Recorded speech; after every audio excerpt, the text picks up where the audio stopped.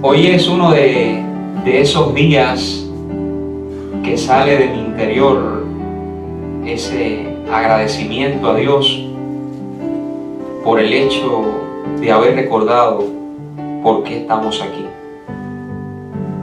El solo hecho de usted poder conectar con el propósito eterno de Dios y comenzar a colaborar con aquello por lo cual usted fue enviado a esta tierra, es lo único que lo va a sostener y lo va a impulsar para seguir adelante.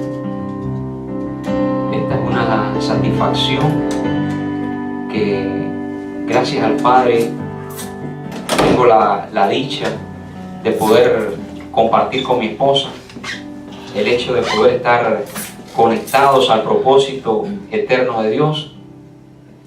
Y es un deleite en lo natural el poder disfrutar de todas las cosas que pertenecen a este ámbito. Una buena cena, un buen vinito, ¿sí? Un cafecito, una noche de pasión. La mujer dice, gloria a Dios. Mira que está a tu lado. Dígale a su esposo, las noches de pasión también son importantes. Así es. Pero cuando todo eso termina, hay una sola cosa que le va a dar significado a tu vida, y es el propósito de tu existencia. Es ser un colaborador del reino espiritual de Cristo. Amén. Sí. De la única verdad que sostiene todas las cosas. Aleluya. Su palabra. Amén. Hoy es un día precioso donde vamos a compartir palabras de vida eterna. ¿Cuántos lo creen? Amén. Hoy es un día precioso, esté agradecido, esté gozoso. Amén. Amén. Hoy es un día muy especial. Amén. Sí, Y hoy tenemos una palabra poderosa que hemos titulado Ministros del Poder de una Vida Incorruptible. Aleluya. Wow, qué nombre lindo. Escuche eso. Ministros del Poder de una Vida Incorruptible. Pastora, voy a necesitar que me esté leyendo algo, así que tenga su Biblia ahí preparada, porque es importante que leamos los textos que vamos a estar usando el día de hoy. Prepare esa herramienta poderosa Aleluya. Aleluya. Gracias. que es la Biblia, Gracias, Señor. porque quiero que todo lo que vamos a ver, ustedes estén muy claros que, igual que lo que nos están escuchando a través de las plataformas virtuales, que no nos inventamos nada. Sí. Tratamos que todo lo que decimos tenga su apoyo escritural, porque consideramos que es importante. Yes. Y la Biblia es una herramienta que nos da confirmación de todas estas cosas. ¿Sí? Sí. Entonces vamos todos a buscar Hebreos capítulo 7, verso 11. Y vamos a leer Hebreos capítulo 7, verso 11. Por favor, lea conmigo. Dice así. ¿Estamos todos ahí? Sí, Señor. Ok, fíjense bien, dice: si pues la perfección fuera por el sacerdocio levítico, diga conmigo, mi perfección proviene de Cristo. Proviene de Cristo. Nuestra perfección proviene de Cristo, no de los rituales, no de los sacrificios, sino de Cristo, la naturaleza que se nos dio para poder andar en el Espíritu. Si pues la perfección fuera por el sacerdocio levítico, porque bajo él recibió el pueblo la ley, ¿qué necesidad habría aún de que se levantase otro sacerdote según el orden de Melquisedec y que no fuese llamado según el orden de Aarón? Preguntas para reflexionar. Verso 12. Porque cambiado el sacerdocio, necesario es que haya también cambio de ley. Amén. Y aquel de quien se dice esto es de otra tribu, de la cual nadie sirvió al altar. De la cual nadie sirvió al altar. Quiero decirte algo. A quien tú sirves es mayor que el altar. Sí, señor. Venga, pase al altar. No, hombre. Que pase al altar, ni pase al altar. Escuche y experimente la vida del Espíritu. Amén. Amén. Así es, Padre. En el altar no hay nada. El andar en el Espíritu es lo importante. Eso, amén. Hazme el favor, pase al altar ni pase al altar. Verso 14. Porque manifiesto es que nuestro Señor vino de la tribu de Judá, de la cual nada habló Moisés tocante al sacerdocio. Y esto es aún más manifiesto, si a semejanza de Melquisedec se levanta un sacerdote distinto. ¿Un sacerdote qué? Distinto. ¿Un sacerdote qué? Distinto. Escúchame, el lenguaje del Espíritu es distinto. Así es. Distinto. Amén. ¿Ok? Esto no se parece a la religión. Lo que nosotros conocemos como doctrina cristiana y se ha establecido en los sistemas religiosos no tiene nada que ver con esto. Esto es distinto. Daniela y Carolina, no se preocupen si por ahí, por las plataformas de enseñanza que estamos usando, se levanta cualquiera a criticar, a ofender, a decir toda serie de cosas. Sepan algo, esto es distinto. Aquí se acabó el ritual, aquí se acabaron los sacrificios, aquí se acabaron las figuras, aquí se acabó todo eso que la religión implanta para intentar ser más perfecto, para intentar ser mejor. Aquí lo único que va a traer una perfección es la palabra. Amén. Amén. Sí, sí. Dicho de otra manera, aquí se acabó el hambre, el sueño y la mojazón. ¿Entiendes eso? Va, Padre. Ustedes no ayunan.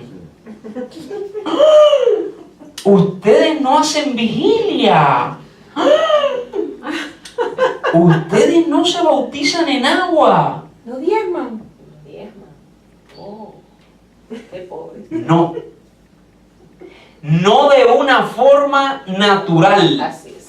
Porque en este pacto del Espíritu, todo eso cobra real significancia. Ahora ayunamos, pero de las palabras y los pensamientos que no edifican. Padre. Ahora hacemos la verdadera vigilia, porque estamos despiertos en el Espíritu. Amén. ¿Tú quieres saber cuál es la verdadera vigilia? La resurrección de Cristo. Aunque estés durmiendo, estás despierto. Padre.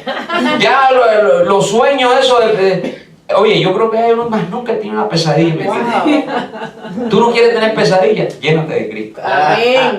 Ay, Padre. Cuando, oye, se lo digo sinceramente y apenas me estoy dando cuenta de eso.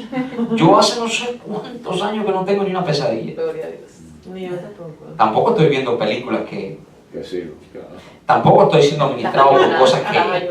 Sí. Ya, importante. Porque si tú estás viendo toda serie de cosas, de bichos, de monstruos, si te sometes a grupos de liberación de esos, ¡ah, el demonio, el demonio, el demonio! Vas a tener pesadillas. Claro. Pero si te llenas de Cristo, de la palabra que trae paz, gozo, mansedumbre, templanza, benignidad, amor, no, lo que vas a tener es sueños hermosos y placenteros. Gloria a Dios. Pero no, Paz. pesadilla no va a tener. No. Entonces, en este pacto, nosotros ayunamos conforme al Espíritu. En este pacto nosotros hacemos vigilia conforme al Espíritu, porque estamos reposando, pero estamos despiertos espiritualmente. En este pacto hemos experimentado el verdadero bautismo, que es por la palabra. Sí. El Señor le dijo a los discípulos, Juan capítulo 15, creo que es verso 3, le dijo: hey, muchachos, ya vosotros estáis limpios por la palabra. That's right. That's right, yeah. Antes la limpieza era externa, ahora la limpieza es interna. ¿Qué es lo que hace falta? Antes ibas y te metías al río, ahora el río se te metió adentro.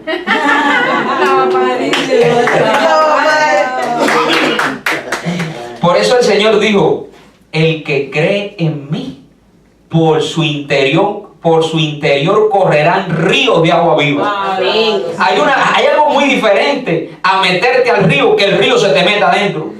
Cuando te metes en el río vas a salir mojado, pero cuando el río se te mete adentro vas a ser verdaderamente libre por la palabra. Ay, Padre Santo. ¿Dónde nos quedamos? Dice: porque manifiesto es que nuestro Señor vino de la tribu de Judá, de la cual nada habló Moisés tocante al sacerdocio. Y esto es aún más manifiesto, si a semejanza de Melquisedec se levanta un sacerdote distinto. Un sacerdote distinto. Sí, somos totalmente diferentes. Totalmente diferentes. Cuando Jesús llegó y se presentó, los fariseos, los sacerdotes, los que sabían de la ley, pero los que tampoco le resolvían nada al pueblo, se alarmaron, porque sus palabras eran distintas. Ese es el sacerdote, el sacerdocio a donde tú perteneces. Amén. Distinto. Cuando tú hables va a ser distinto. Amén. Ah, no, pero eso no fue lo que a mí me enseñaron. Claro, porque te lo enseñó un hombre. Si te lo hubiera enseñado el Espíritu, lo hubieras comprendido conforme a la sustancia del significado que tiene. Yes. Seguimos leyendo. Verso 14. Porque manifiesto es que nuestro Señor vino de la tribu de Judá, de la cual nada habló Moisés tocante al sacerdocio, y esto es aún más manifiesto si a semejanza de Melquisedec se levanta un sacerdote distinto, no constituido conforme a la ley del mandamiento. Ojo con eso. Acerca de la descendencia, sino según el poder de una vida indestructible. Gloria. Tú no eres un sacerdote conforme a mandamiento, sino que tú tienes un sacerdocio, tú eres un ministro conforme al poder de una vida indestructible. Eso es lo que está diciendo Hebreos capítulo 7. Oro para que esto se quede como un fundamento en nuestra mente, en nuestra mente. Nosotros no somos, señores, nosotros no somos ni evangélicos, ni católicos, ni miembros de ninguna denominación, ni de ninguna religión, Amén. Así es. ni de ningún concilio eclesiástico desde el punto de vista denominacional establecido por hombre. Es más, me voy a poner un poquito más así como un poquito más recio. Y quiero primero aclarar algo para que se entienda muy bien. No tengo nada en contra de que nosotros nos llamemos cristianos. No tengo nada en contra de que nos llamemos cristianos, pero ahora dile que está a tu lado, es necesario que abra la mente. Ahora lo voy a poner a pensar un poquito.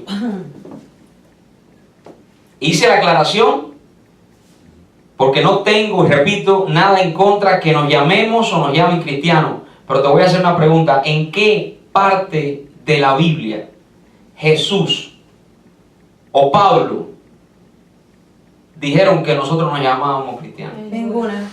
¿Dónde el calificativo cristiano aparece en la Biblia cuando Jesús se levanta o Pablo se levanta a decir que nosotros somos y como que fuimos constituidos? No está. ¿Quiere que le diga, quiere que le muestre dónde aparece por primera vez y única la palabra cristiano? Quiero que entiendan esto. Vamos a leer. Vamos conmigo a Hechos capítulo 11, verso 21. Quiero que alguien me lea. Quiero que me entienda esto muy bien, lo que quiero impartir hoy, porque le voy a decir una cosa. Aunque en la Biblia solamente dice una vez que somos cristianos, y ahora usted va a ver quién lo dijo, ¿ok? Hay una cosa mayor que ser cristiano y es estar en Cristo. Claro. Por eso usted va a ver mucha gente que son cristianos y son unos carnales. Usted va a ver muchos que son cristianos y no están en Cristo. La Biblia no dice, conforme a la autoridad de los que hablaron por el Espíritu, que somos cristianos. Dice que estamos en Cristo. Es mayor estar que llamarse. Dile eso al que está a tu lado. Es mayor estar que llamarse.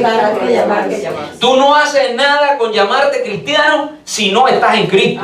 Si no estás viviendo la vida del Espíritu. Amén. Por eso es que para el mundo hay muchos cristianos que son la peor roya que hay. Sí, señor. ¿Sabes lo que es la roya? Eso es una plaga. ¿Ok? ¿Hecho qué, mi hermano? Hechos capítulo 11, verso 21. Nuestro enfoque es estar en Cristo. Hay veces que por ahí, cuando voy a ministrarle a alguien, no digo ni que soy cristiano. Porque hay tanta gente que tiene una mala opinión de los cristianos. Yes. Pero si tú estás en Cristo y manifiestas la vida del Espíritu, aunque no digas que eres cristiano, esa gente te va a recibir y va a apreciar lo que tú dices. Amén, así es. Así es. Como luz. Hechos 11:21, por favor, que alguien me lea. La mano del Señor estaba con ellos, y gran número que creyó se convirtió al Señor. Fíjense, la mano del Señor estaba con ellos. No se llamaban cristianos y la mano del Señor estaba con ellos. Vaya conmigo, por favor. Gran número creía y se convirtieron Al Señor. y aún no se llamaban cristianos. Siga leyendo. La noticia de esto llegó a oídos de la iglesia de Jerusalén. Ok, eran iglesia y todavía no se llamaban cristianos. Y enviaron a Bernabé a Antioquía, Ya existían apóstoles y todavía no se llamaban cristianos. el cual cuando vino y vio la gracia de Dios, Ya la gracia de Dios estaba con ellos y todavía no se llamaban cristianos. se regocijó y animaba a todos El evangelio producía gozo, animaba a la gente y todavía no se llamaban cristianos.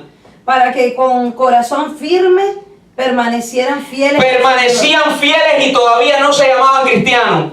Porque era un hombre bueno y lleno del Espíritu Estaban Santo, llenos del Espíritu Santo y todavía no se llamaban cristianos. lleno del Espíritu Santo y de fe. Estaban llenos de fe y todavía no se llamaban cristianos. Y una gran multitud fue agregada al Señor. Se agregaban, o sea, lo que tenían estaba impartiendo vida. La iglesia estaba creciendo y todavía no se llamaban cristianos. Bernabé salió rumbo a Tarso para buscar a Saulo. Y cuando lo encontró, lo trajo a Antioquía. Y se reunieron con la iglesia por todo un año.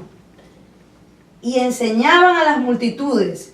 Y a los discípulos se les llamó cristianos por primera vez en Antioquía. Wow.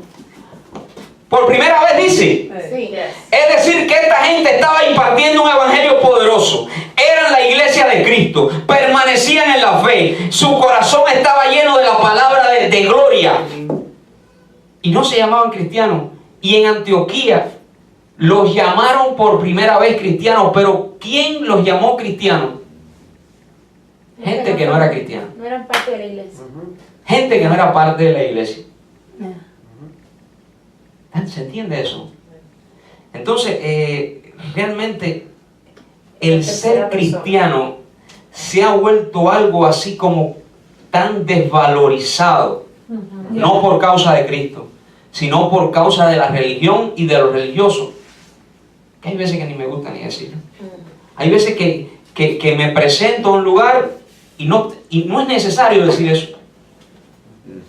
Mira cuántas cosas estaban pasando y ninguno se llamaba cristiano. Amén. Lo que se nos ha dado, amados, no son deberes que estamos obligados a cumplir. Es una vida que deberíamos estar dispuestos a disfrutar. Amén. Amén. Gracias al Padre. Voy a repetir eso.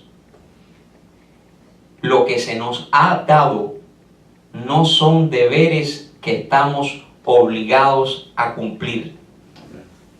Es una vida que deberíamos estar dispuestos a disfrutar. Amén. Alguien que hace unos años fue tocado por esta gloriosa palabra me preguntó, ¿y ahora qué debo hacer?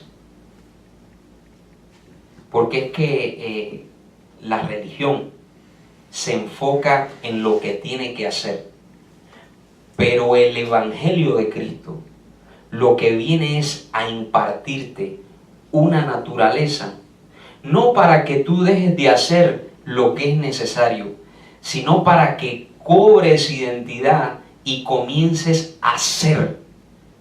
Porque cuando eres, vas a hacer lo que hace falta que hagas. Amén. Ujú.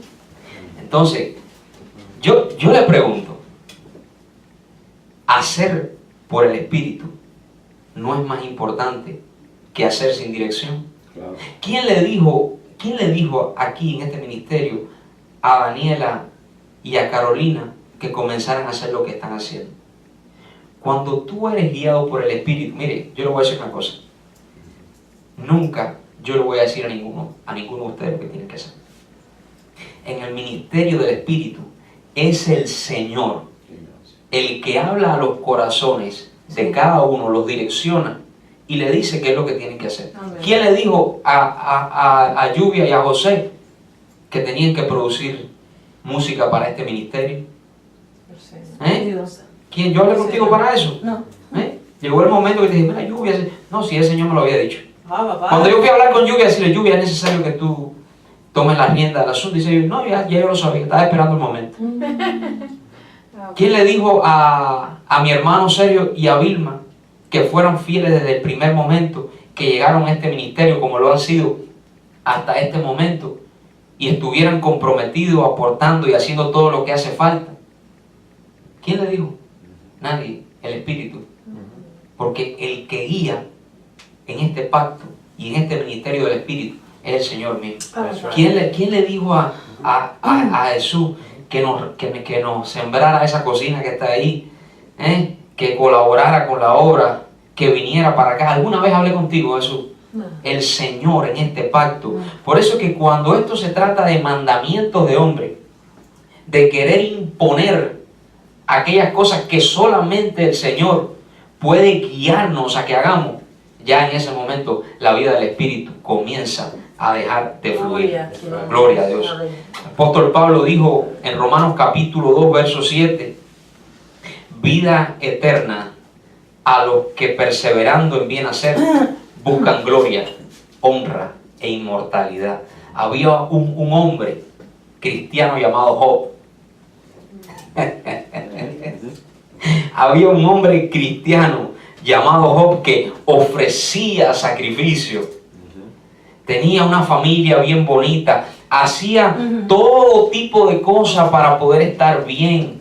Tenía riqueza, tenía muchas cosas.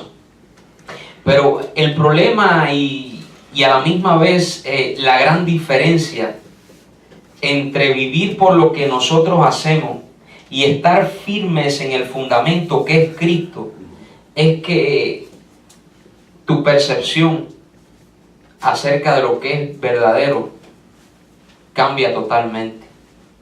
La pregunta es, si el día de mañana nosotros, al igual que Job, tendríamos que atravesar un periodo de prueba donde nuestro bienestar, las cosas que tenemos fueran removidas, nosotros permaneceríamos firmes. El problema es que Job tenía una buena vida, pero el fundamento de Job así como tal vez el fundamento de Venezuela hasta este momento eran las cosas materiales, era lo que en lo material lo sustentaba.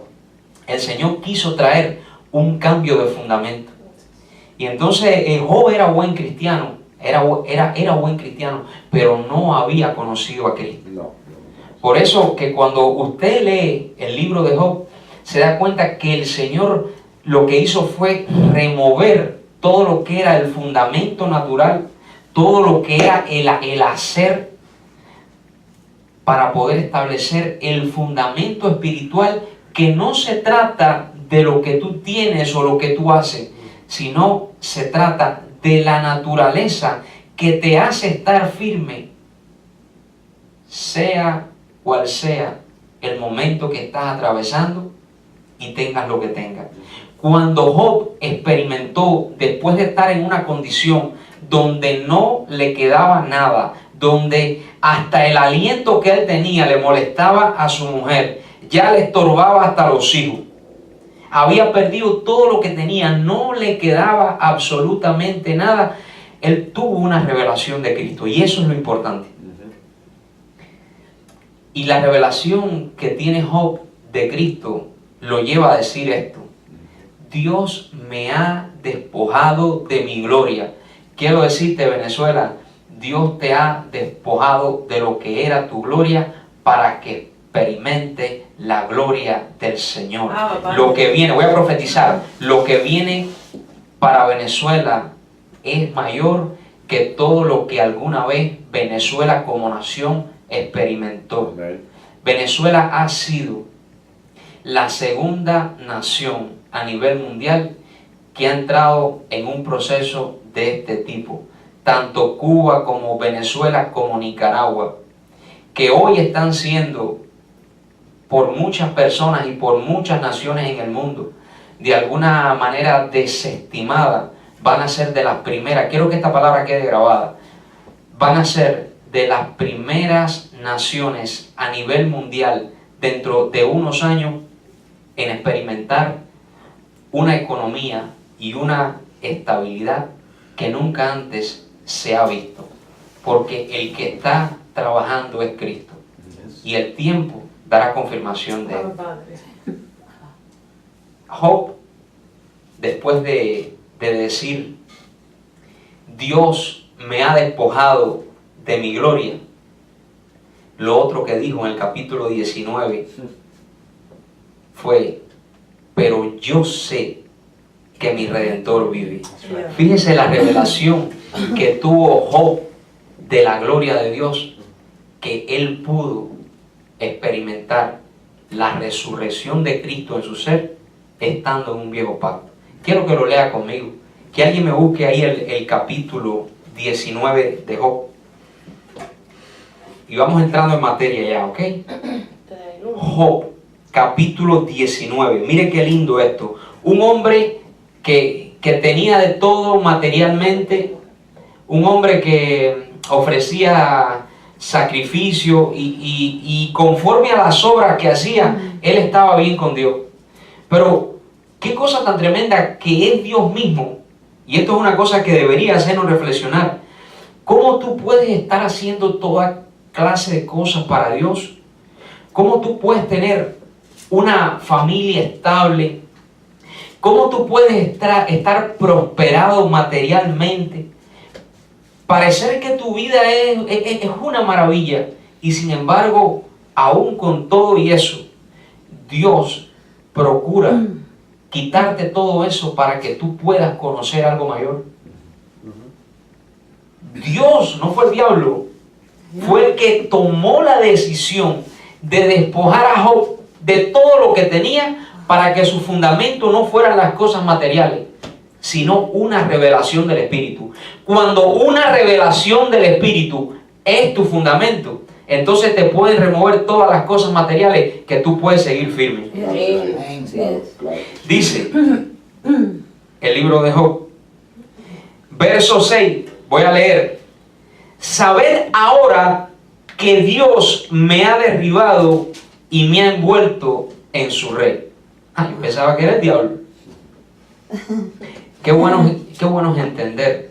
Ya, Qué bueno es maravilla. entender que en todo proceso Dios. difícil Él es el quien está trabajando. en que tú entras, al cual tú eres sometido, no es el diablo que está trabajando en ti, sino es tu Padre Celestial. Gracias, Señor. No, papá. Gloria a Dios.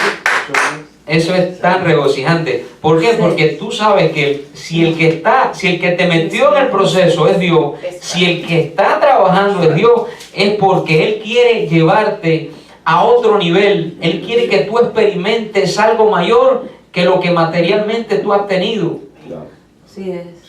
Porque si nosotros no prosperamos conforme a cómo prospera nuestra alma, toda esa riqueza y todo ese fundamento natural va a ser vano. Claro. Y dice después, he aquí yo clamaré agravio y no seré oído. Daré voces y no habrá juicio. Viste que el juicio es importante. Cercó de vallado mi camino y no pasaré, y sobre mis veredas puso tinieblas, me ha despojado de mi gloria.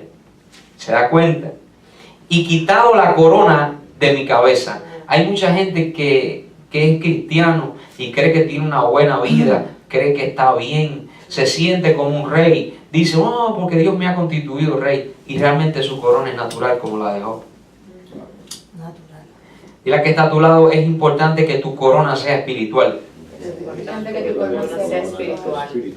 Me arruinó por todos lados y perezco, y ha hecho pasar mi esperanza como árbol arrancado. Hizo arder contra mí su furor y me contó para sí entre sus enemigos. Vinieron sus ejércitos a una y se atrincheraron en mí y acamparon en derredor de mi tienda. Hizo alejar de mí a mis hermanos y mis conocidos como extraños se apartaron de mí. Fíjate cómo el Señor está trabajando en Job. Por eso, si a nivel familiar, si en las amistades, tú ves que hay separación, que ocurren toda serie de cosas y tú dices, pero ¿por qué esto está pasando? ¿Por qué mi papá me trata así? ¿Por qué mi mujer me dice esto cuando realmente ella debería estarme apoyando? Quiero decirte, Dios está trabajando. Claro que sí. Dios está trabajando. Y Dios también va a apartar gente. El Señor va a quitar apoyo, va a quitar ayuda, porque al Señor lo único que le interesa es una cosa, y es que Cristo sea revelado a tu corazón. Y dice después, mis parientes se detuvieron y mis conocidos se olvidaron de mí. Los moradores de mi casa y mis criadas me tuvieron por extraño. Forastero fui yo a sus ojos. Llamé a mi siervo y no respondió.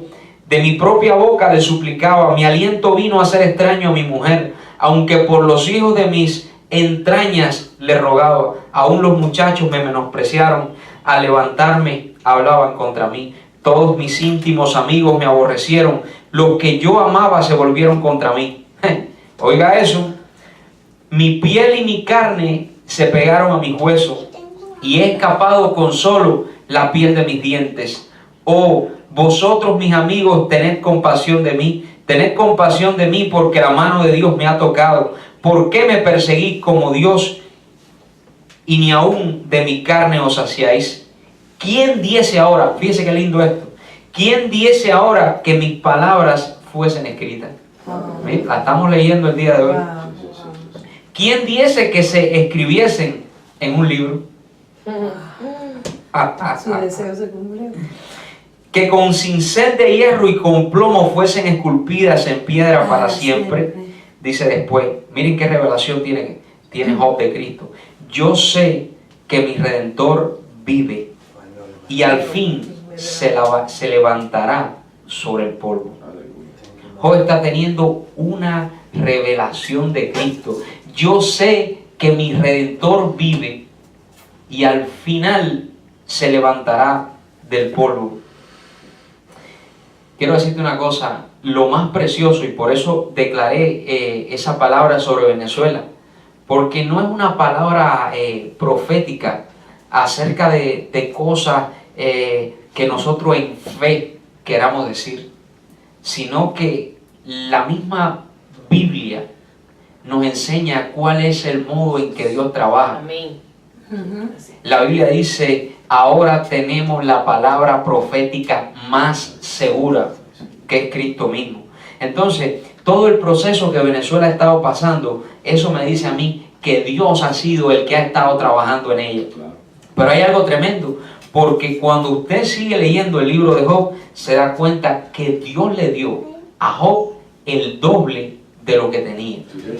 Cuando Dios trabaja en ti, Dios no trabaja en ti quitándote algunas cosas, separando algunas amistades, haciendo que incluso algunos familiares tengan cierto alejamiento y cierto desprecio hacia tu persona, sino que al final, después que Él termine de hacer lo que va a hacer contigo, tú vas a tener el doble de todo lo que tú has tenido, Sí. pero además de eso va a venir una unidad familiar nunca antes visto, porque hay unidades familiares que son por conveniencia Ujú. y por interés, pero hasta que no es Cristo el que trae la unidad, entonces esa unidad aparente será una fantasía. Segunda carta a los Corintios, capítulo 3, verso 6. El cual también nos hizo suficientes como ministros de un nuevo pacto. Nos hizo ministros de un nuevo pacto, no de la letra, sino del Espíritu. Mi versión dice, nos hizo ministros competentes de un Sí. nuevo pacto. Servidores. No de la letra, sino del Espíritu.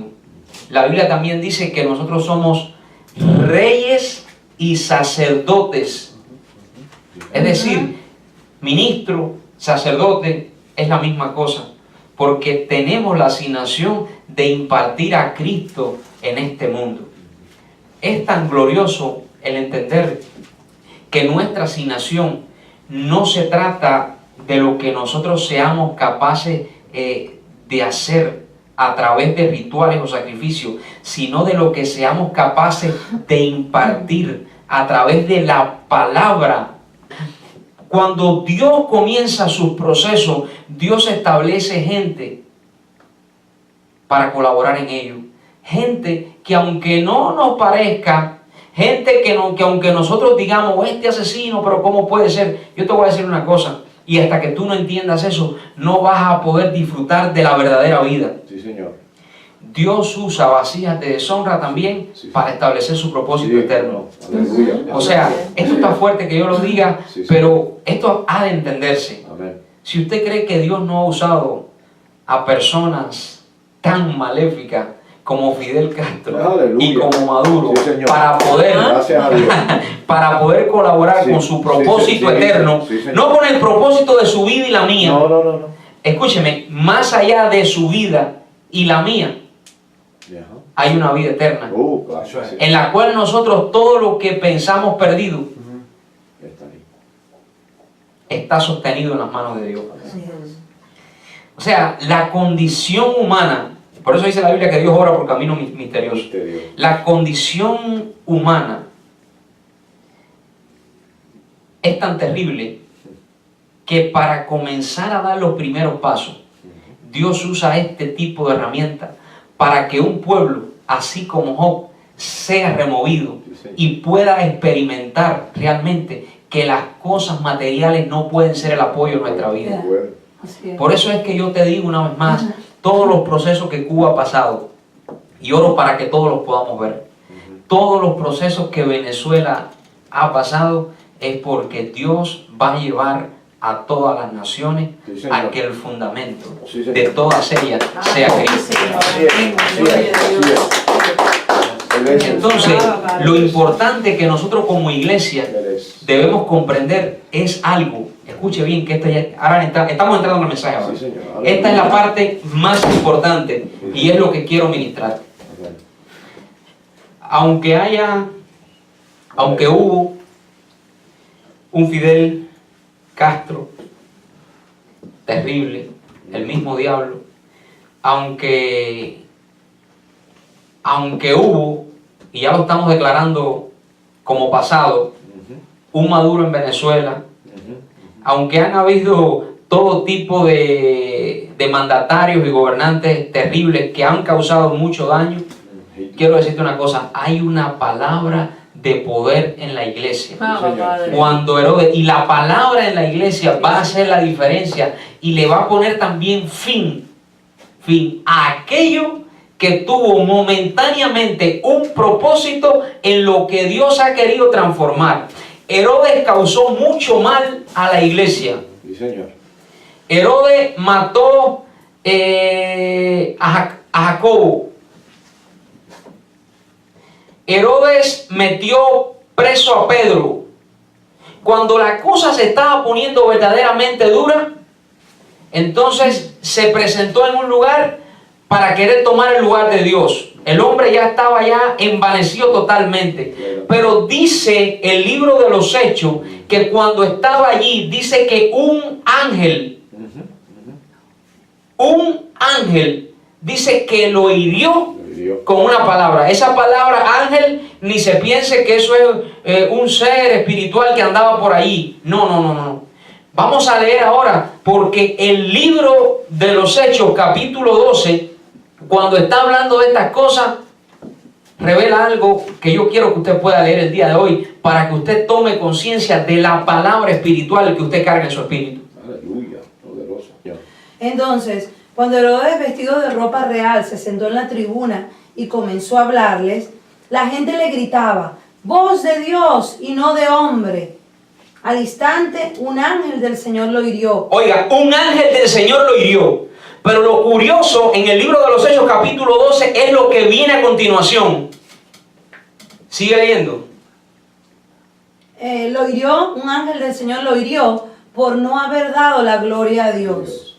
Y Herodes murió comido de gusanos. Es decir, este ángel que estaba presente allí donde él se presentó y el pueblo lo estaba idolatrando, el ángel le soltó una palabra, y en el momento que le soltó la palabra se corrompió y se pudrió comido de gusano y expiró automáticamente. Es decir, esta palabra, aunque esta palabra viene a restaurar, esta palabra es luz. Cuando esta palabra sale, no es que esta palabra corrompe, sino que esta palabra hace vivir una realidad instantánea a aquellas cosas que están corrompidas. Los mandatarios corrompidos, si son impactados por esta palabra, no que la palabra lo va a corromper, sino que la palabra va a hacer que la corrupción que está en ellos salga a la luz. Mira lo que pasó con Hugo Chávez. Hugo Chávez tal vez comenzó bien. Para algunos, yo digo que nunca comenzó, porque la corrupción siempre está allí. Te voy a decir una cosa.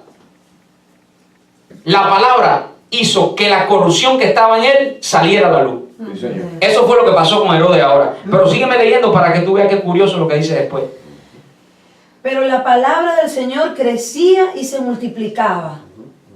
Bernabé y Saulo regresaron de Jerusalén después de haber cumplido su misión. Ey, espérate un momentico. Cuando tú lees todo el contexto, no aparecen ni Saulo, ni Pablo, ni Bernabé.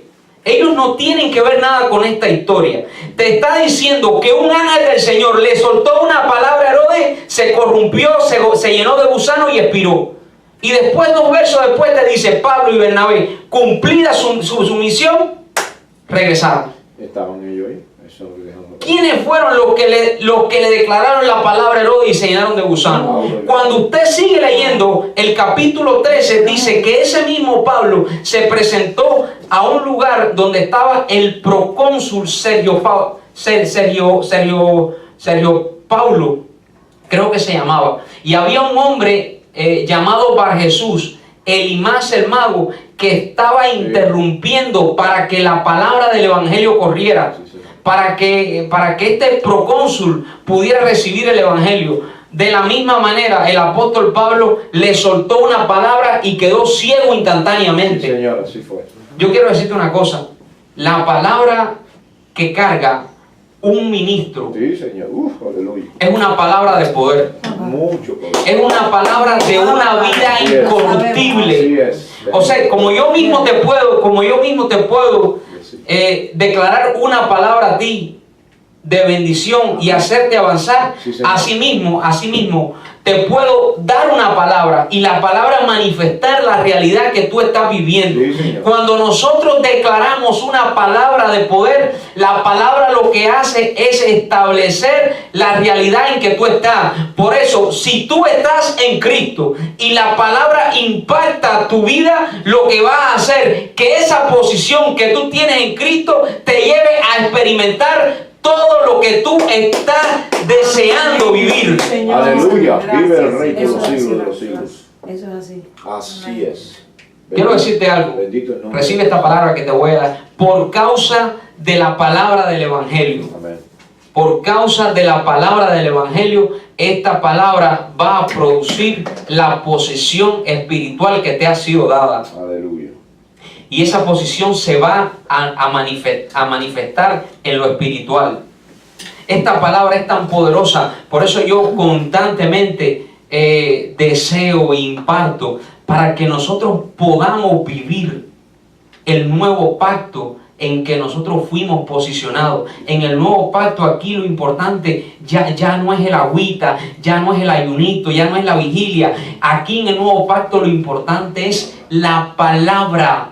No son los elementos, es la sustancia. La palabra del rey no es lo que produce vida. Dice la Biblia que había en Jerusalén un lugar llamado el estanque de Betesda. ¿Cuántos conocen el pasaje ese? Sí, señor.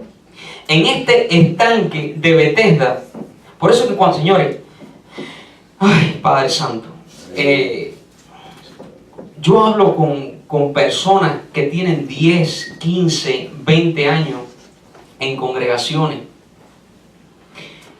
Y cuando hablo, después me quedo hasta preocupado porque ¿cómo se puede estar 10 años en una congregación recibiendo palabra y no entender cuál es la función del Evangelio? ¿Cuál es el propósito del Evangelio? ¿Cómo se puede estar 20 años siendo ministro del Evangelio y no entender cuál es la función del Evangelio? Sí, la iglesia. Al menos la función primaria. Y pensar que el Evangelio tiene que ver con que tú metas una persona en un río, en un estanque, y creer que eso va a producir alguna reforma y eso va a cambiar este mundo. Por eso cuando la gente me dice, ¿y por qué este mundo está como está? Oye, es sencillo, porque los que tienen la responsabilidad de traer un cambio están jugando con agua. No lo estamos haciendo. Wow.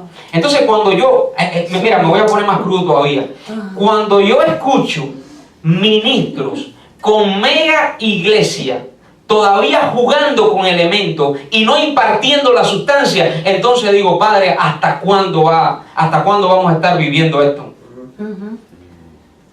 Había un lugar en Betesda, un estanque en Betesda, donde se reunían alrededor del estanque muchos enfermos, paralíticos, que tenían necesidad de ser restaurados. Sí, señor.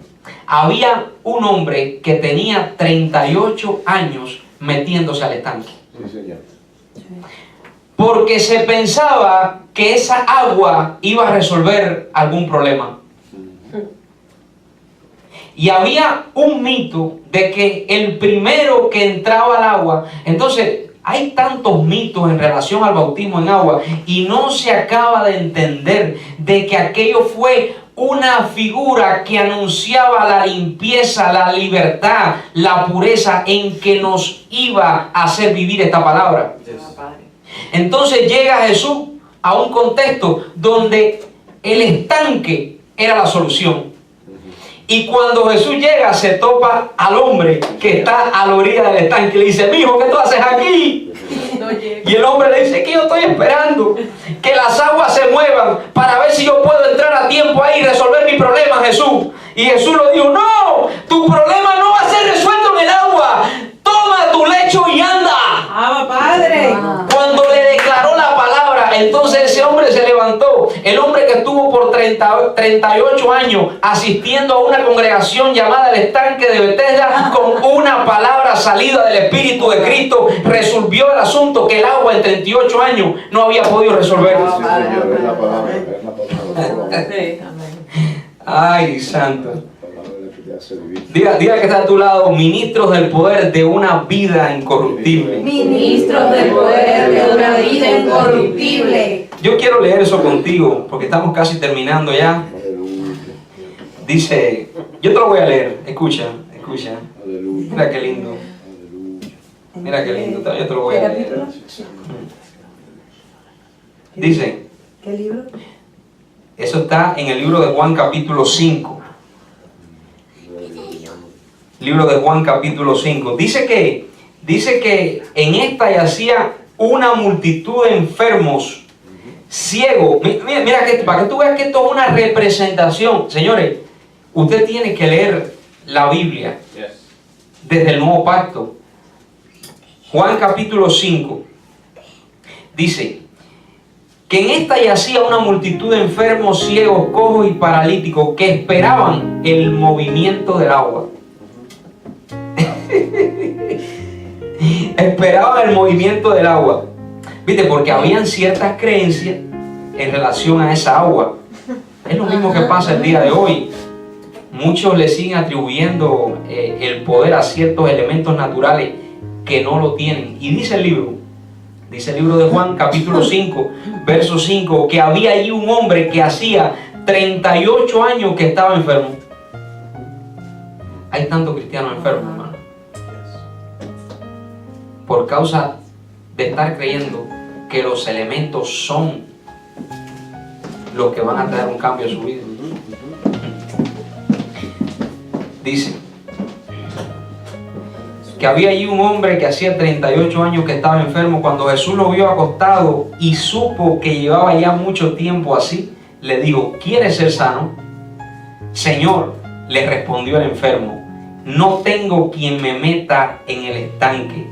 Dios quiere transformar nuestra mentalidad de estanque a través de la palabra del Evangelio. Dice el hombre, cuando se agite el agua y entre tanto que yo voy, otro desciende antes que yo. Jesús le dijo, levántate, toma tu lecho y anda. Y al instante aquel hombre fue sanado y tomó su lecho y anduvo. Y era día de reposo en aquel día. Ese hombre representa a todos los paralíticos espirituales que aún siguen esperando que los elementos naturales, que hacer cosas, que entrar, que salir, le resuelva algún problema. Pero quiero decirte en este día, lo único que va a traer una solución es la palabra. Este servidor que está aquí, año 2007, estaba viviendo una aparente gloria material en la isla de Cuba. Dinero que no te imaginas, todo tipo de cosas material. Y el Señor me llevó a una isla llamada San Lucia y me encerró en una prisión de máxima seguridad, llena de delincuentes, violadores, gente con armas, gente que hacían droga. Y a ese lugar me llevó la palabra a través de una persona que me habló por primera vez del Evangelio. En ese momento esa palabra impactó mi vida. Yo comencé de alguna manera a experimentar la vida del Espíritu. Luego me regresé a Cuba y después que me regresé a Cuba, después de algún tiempo, Dios me hizo entrar en otro proceso porque la prisión no me fue suficiente. Y entonces el Señor me llevó a un lugar donde yo comencé a escuchar palabra de poder, palabra de reino, pero a la misma vez en ese lugar todavía se estaban jugando con los elementos. Qué importante que nosotros como iglesia podamos dedicarle todo el tiempo, toda nuestra atención, todo lo que nosotros somos y todo el tiempo que tenemos a lo que es netamente la palabra del Evangelio de Cristo. Porque la palabra del Evangelio de Cristo es lo que nos va a hacer vivir una vida incorruptible. No hay ningún elemento natural, ni sacrificio, ni rito que pueda traer un cambio a nivel espiritual. Por eso, un ministro de poder es alguien que busca de la palabra, vive por ella, entiende que experimentarla es todo lo que debemos hacer, experimentarla día a día, para poder experimentar el poder de una vida incorruptible. Bendecidos. Aleluya. Aleluya. Aleluya.